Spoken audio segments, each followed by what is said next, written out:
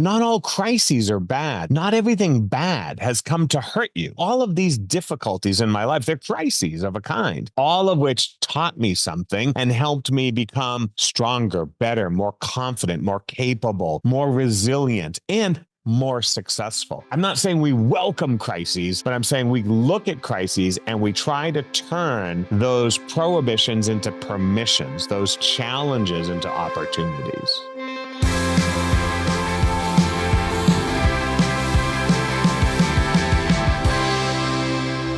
Hey guys, welcome back. I've got an incredible treat for you today. One of the smartest guys that I've run across in the industry, and well, philosopher, as you'll hear us talk about, is how he is known and degreed, at least one of his degrees. But guys, let's welcome Matthew Ferrara. How you doing? Thanks, Matt. Good to be here. Good to catch up with you. Man, I'm so excited to have this conversation. There's so much going on in the industry. Of course, there always is, but we're at such a pivotal moment. I know everybody's excited to hear your perspective. But before we get into that, Matthew, can you just introduce yourself a little bit? Tell us about Matthew Ferrara. Sure, absolutely. So I have been practicing philosophy in the real estate industry for almost 35 years. I started in 1991, and I have spent most of my professional career making real estate professionals better. That's really my goal. My goal has been to unlock the potential of the salespeople, managers, leaders of this great industry. And as entrepreneurs, they're so exciting to work with. And so I have done lots of different things in this business. I've been a trainer. I'm a professional speaker. I have run the largest call center in the industry for 10 years. We built that in Massachusetts and ran it in the early 2000s. I lead some of the industry's most sought after leadership courses that run 6, 12, and beyond that months. So a lot of different roles, if you will, but by and large, my focus has always been the same. Help make real estate better by making the people in it the best they possibly can be. Nice. Awesome. Well, you're certainly one of the trusted voices, clearly. Tell us about the philosopher part. Where does that come? Sure. So actually, I do have a degree in philosophy. So I studied at the University of Massachusetts and the University of Bologna. And I got my degree, and my mother said, well, what are you going to do with that? And I thought, you're kind of right, Mom. So I went back and I got a quote unquote more practical degree in economics as well.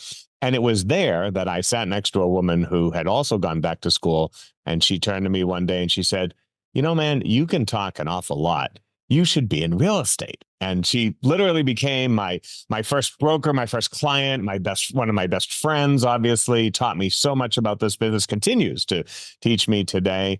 And so, yes, it's officially my degree is in philosophy and economics, but where I've practiced those ideas and critical thinking skills has been in this entrepreneurial sector of our economy. So it's a rather unique thing because I bump into a lot of people and they say, aren't you guys all dead? And I say, well, not entirely and not yet. So thankfully for that. I think it's really appropriate too, because you're so good at capturing the moment of what's happening in the business and articulating that both in social and of course on the stage and otherwise. So, that's probably a good place to start. Can you do that a little bit for me here for us? Tell me about the moment that we're in here and what your perspective on it is. This is, I think, one of the most pivotal moments in our industry in the last 30 years, perhaps. I'm old enough to remember the time when major changes in our industry have rolled along. So, I started before MLS was put on computers and put online. So I went through that transformation. I remember the days before the portals were in business. I remember, all of these inflection points, if you will. And I look at this as another significant inflection point. Now, it's going to have some terrific ramifications, both for practitioners and for consumers. And it's going to present some challenges, but it's also going to unlock some major opportunities for all stakeholders, if you will. like all of these changes, nobody can predict where they're going. But I really do believe that this is one of those inflection points. And ironically, it's one of those inflection points that nobody really saw coming. It's, not quite like the pandemic that nobody anywhere saw coming, but it's one of those things where for years, we, have been worried about a lot of other things. I don't know if you remember, but before the pandemic, the industry was running around worried about disruptors. And 10 years before that, they were worried about banks getting in business. And 10 years before that, they were worried about new business models. And so there's always a little something, if you will. I just consider this another little something that we're more than quite capable of navigating, but it is a big deal. And I believe that the brokers and leaders who are paying attention to this as a big deal are going to unlock so much potential. And those who aren't might find themselves left behind. Mm-hmm. Yeah, I totally agree. And I think the some of the best things that I've heard people say about it that I agree with is that it's a call to professionalism that's been happening and been needed. And this is sort of forcing, a raising of that bar. And I think that's wonderful news. I think that's a good way to think about it. I think all of the changes that have ever occurred in this business have only sharpened our saws, right? Like, so the Japanese say that, the finest swords have to be forged under hammer blows, under heavy blows, if you will. And so I think of this as just another forging of our sharpness, and it will definitely change the shape of our industry. But the practitioners who will be, remaining in the business will be better than ever. They will be experts at articulating their value proposition. They will definitely treat clients with the level of transparency, authenticity, and value that they deserve. That this is going to raise the bar for us individually and collectively, but it will also unlock, I think, a lot of innovation, a lot of experimentation, a lot of potential that perhaps has just been sort of lingering or sitting there latent under the surface, but no one has minded, if you will. And so now we're going to release all of that. And I say this, and people find it hard to believe, but we might look back on this a few years from now and say, it was uncomfortable during the time. We didn't expect it and didn't like it being forced upon us even. But thank goodness this sort of happened. I liken it to what happened just a few years ago. Like you, I woke up in March of 2020 to discover that the entire economy had been shut down, just turned off, just click, there you go. And I was, at one of these peak points in my career where I was planning to travel about 200,000 miles that year to events all over the world. And suddenly they were wiped off my calendar. Now, nobody liked that to happen, whatever their career was at that time. And for a while, yes, like everybody, there was panic, fear, dismay, bargaining, etc. But I look back on it now and I say, wow, since then, I've done thousands of webinars. I have developed an amazing ability to communicate on camera as opposed to just on stage. I have created experiences online that have continued to deliver value. I've done so many things that I could have done before. I could have done them, but things were humming along. I didn't really need to do them until something came along and sort of forced the issue, if you will. So I look back and I say, wow, I certainly don't want another pandemic. I certainly don't want them to shut down the economy ever again. But looking back, it was a moment in which massive ability was then called to the surface. And like everybody in this business, we have to remember the real estate industry sold more homes than at any time in the previous 30 years during the year of the pandemic. So, obviously we stepped up to the plate during an existential crisis, let alone just a few changes in our procedures and paperwork. I mean, come on, we've got this, right? We've got this. Mm-hmm. That's great. And the pandemic was such an interesting time, and we all made these big shifts. And it sort of just speaks to the rest of life, right? I mean, change and those that embrace the change always ends up in a great place. It's just there's going to be some pain along the way.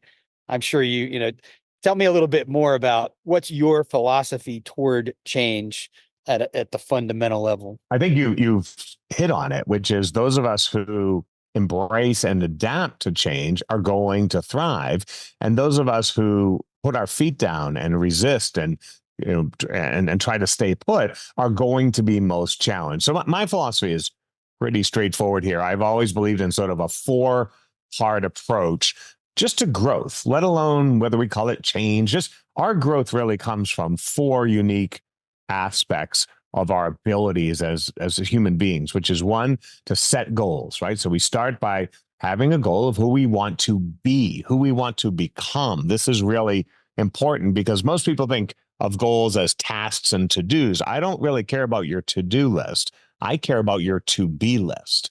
So as soon as you formulate some goals, you really start to unlock achievement drive and energy and enthusiasm. So first we set our goals, then we get our mindset in the right place. Am I excited? Am I motivated? Do I have the right thoughts to be able to pursue those? And am I committed to pursuing them? Then we work on our skills. We basically develop the disciplines, knowledge, techniques, abilities. And finally, we decide who we're going to go on this life journey with and who we're going to go on it for. So that's really what I call our sphere. So you've got these four elements of my growth philosophy, which is goals, mindset, disciplines, and sphere. And if you just work on those four components right now, you'll look at what's happening in our industry, the proposed changes, and quite frankly, the existing changes, because many people aren't waiting for any of these lawsuits to be finalized or settled or won or lost. They're saying, you know what? There's a signal, a shot across the bow. I'm just going to get ahead of this no matter what. I'm going to evolve my practices, work on my presentations. People are already doing this. MLSs have already changed policies. Some states have already changed their regulations. Like, people aren't waiting for the proverbial lawsuit approval in July by NAR or the other lawsuits that are still only provisionally authorized and haven't been, finally approved by the courts. They've adjusted already. And how have they done it? They said, who do I want to be 3, 6, 9, 12 months from now or 12 years from now? Where am I going, right? And then, do I have my mindset in a healthy space every day? Am I focused on opportunity and turning what looks like prohibitions into possibilities? And then, am I building the skills and am I doing it with the right people? If you do those four things, I think you look at change as just another twist in the road. Nobody stops their car and gets out and throws up their hands if they suddenly have an unexpected turn in their road. Well, it's no different in our lives. I love the way you frame those four pillars. It's, you've taken everything and packaged it down. And it's like, oh, that seems really simple, Matthew. I think I can maybe do that. I love that. It's simple to organize, but let's be fair. It is hard to do, right? It really does require some energy. It requires focus. It requires, for example, not getting bogged down in the press, not getting bogged down in social media fights and comments. If you see a colleague who's melting down over this, it's much better to put your arm around them and say, you know what, let's go have a cup of coffee and talk this out, than it is to fight with them, if you will. So it sounds like these four things are easy, but they do require a fair amount of effort. One thing that I'm excited about the fact that the leading individuals and organizations in this business are putting that effort in now. No one is using the next few months as a period of just wait and see. People who say, oh, it's just business as usual, I would really caution against that thinking, because every day is different, regardless of the lawsuits and potential changes in our business here. But this is a set of big ones that are coming. It's going to significantly alter the business practices of hundreds of thousands of real estate professionals. Now, there are some real estate professionals that have been doing it this way their whole career. So they look at this and they go, yeah, welcome to Pennsylvania, welcome to DC. Like, that's how my clients there have always done this. They're kind of scratching their heads. Yes, it's going to disrupt some MLS fields. It's going to disrupt some communications methodologies. There's nothing about that we certainly can't handle. I look forward to the cool tools that are going to be invented to quickly share information between real estate professionals, whereas it used to be a field in the MLS. But there are some people who have never worked contractually this way, or have only signed that contract at the last minute after submitting their offer, and have always gone along the philosophy of, oh, don't worry, the other people are paying me, right? Secret Santa is going to pay me, and you're not really worrying about that. That's going to change. Some people are going to have to now get fully committed to being in the sales business, which is the most exciting business to be in, because you're helping people achieve what they want in life. And so I'm excited for what could happen to them, but obviously it's going to be a significant change. It's going to be a bit scary for some people. Yeah, I think most, right? The agents and teams that operate at the highest level, of course, they know how to articulate their value, and they have been working with contracts the whole way through. But I mean, let's face it, the vast majority of agents don't know how to articulate their value. I think it's a great point. I just want to shape it a little bit, which is, first of all, we tricked ourselves a little bit in this arena because we use terms like buyer client and seller client. And if we would just use the term client, then everybody gets the same treatment. We approach every client by sharing our value proposition, explaining how we get paid, explaining what the benefits are of working with us, and signing a contract. Because you know who does that? Everybody. Even your plumber does that. Your plumber shows up, talks about his certifications, explains the problem, has you sign the estimate before he starts working on your broken shower, and then he fixes it. So, if we sort of tricked ourselves into thinking like, well, I do something different with sellers than I do with buyers. But anyone who's done a listing presentation has done this, and now you're just going to do it with all clients. So that's number one. Number two, the industry has to take a little mea culpa on this too, which is we've often told people, oh, just get your license, jump in, work with buyers. We'll give you some leads. We'll give you some, open houses to do, and it'll be easy. Well, the truth is we should have been saying to people, get your license, and in 45 days or less, get a listing. Because if you can't, you're on the path to poverty, right? You're on the path to long-term problems here because you need listings to last in this business. The cool thing is that when you sell someone's listing, they become a buyer. So I'd rather work with buyers that have already believed in me and trusted me and signed contracts with me and paid me. So there are plenty of buyers to be had. But, as an industry, we've been a little bit out of balance. And there are a lot of agents who maybe 80% of their day has been running around with buyers. And this is both financially and physically a problem. I say to agents all the time, do you feel tired? You feel a little burned out? Because here's the challenge. If I have 3 buyers right now, I do not have a near guarantee of revenue in the next 90 days. Maybe they'll all get accepted offers. Maybe they'll all close on time. Maybe we'll even have enough inventory to offer them. These are all challenges with buyers that are even right now in a tighter market exacerbated. But if I had 3 listings, I would have a near guarantee of revenue in the next 90 days. So in a sense, this is also philosophically a strategy moment for this industry to really shift its focus. The best way to succeed in this business is to be listing centric. It doesn't mean that you won't work with buyers, but I would rather own the lemonade stand than own the people lined up who are thirsty for lemonade, right? That's what I'd rather have. I'd rather have the actual lemonade stand than just the thirsty potential customers, because I know for sure I'm going to sell out my inventory by the end of a hot, sunny day. So, Matthew, how do you teach agents to make that shift? And what are the strategies that you think are the best strategies now? And of course, some of those will be ones that have been true forever, but okay, Matthew, I've been working with buyers for the last 5 years. How do I make that shift?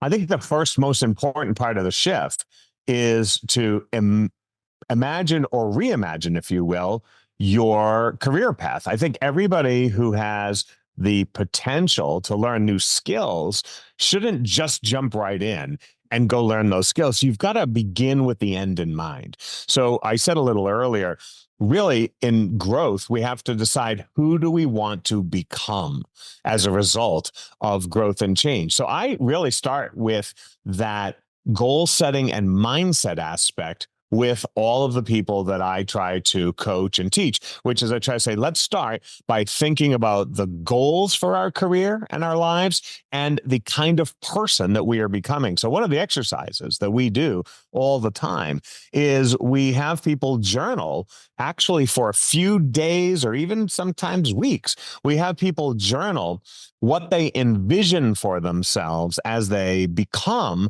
the kind of person who is very easily explaining their value proposition and doing good work with clients and being compensated at the right level. This is kind of an important convergence because most sales success is not about technique. It is about our inner beliefs. 85% of sales is emotional, not pragmatic, if you will, not the technique. I mean, there's nothing new in this business that I can teach you. I could teach you scripts that have been taught to me for 35 years. I could teach you dialogue. I could teach you listening skills. I could teach you how to address questions and objections. But these are things that have, core skills that have been around for decades. But I can take two people in the same organization who have gone through the exact same training, and one will sell 2 or 3 homes a year, and one will sell 20 or 30 homes a year. And that comes from their inner emotional intelligence. It comes from their belief in their product, which is themselves, in their belief that they're doing something really important, that people are better off with them than without them. So I guess the long, short answer to your question is if people want to navigate this change, they need to sit down and not worry about their to-do list, but worry about their to-be list. Who will I be? And they can take out their journal and they can do 2 very, very simple exercises. One exercise is to imagine a great day a year from now. All these changes have occurred, whenever the time frame is, and just write about that day. What makes it a great day? What kind of work are you doing? Who are you working with? How did the work go? What else happened in your day? You've got to visualize that. And then they do it also for themselves. They don't just say it was the kind of day when, but they say, I am the kind of person who. And the key here is to try and use the present tense, because if we visualize it in the present tense, it's almost like living it long before it happens. And our brains are so powerful that if we visualize ourselves performing an activity or existing in a certain way, we ultimately evolve into that person. It will guide us to become that person. So it's a mind game, right? It really is more of a mind game. There's nothing that's about to happen that we don't technically know how to do. We know how to technically represent buyers. We know what forms to use. We know how to communicate, with or without a field in MLS. We know how to do all those things. That's not the game right now. The game is a mindset game. I love that that's where you went, and it makes me smile because I've spent so much time in the last couple of years on things like identity and personal growth and mindset and, believing in who I am, what I want to be. And, you go through these shifts at different seasons in your life.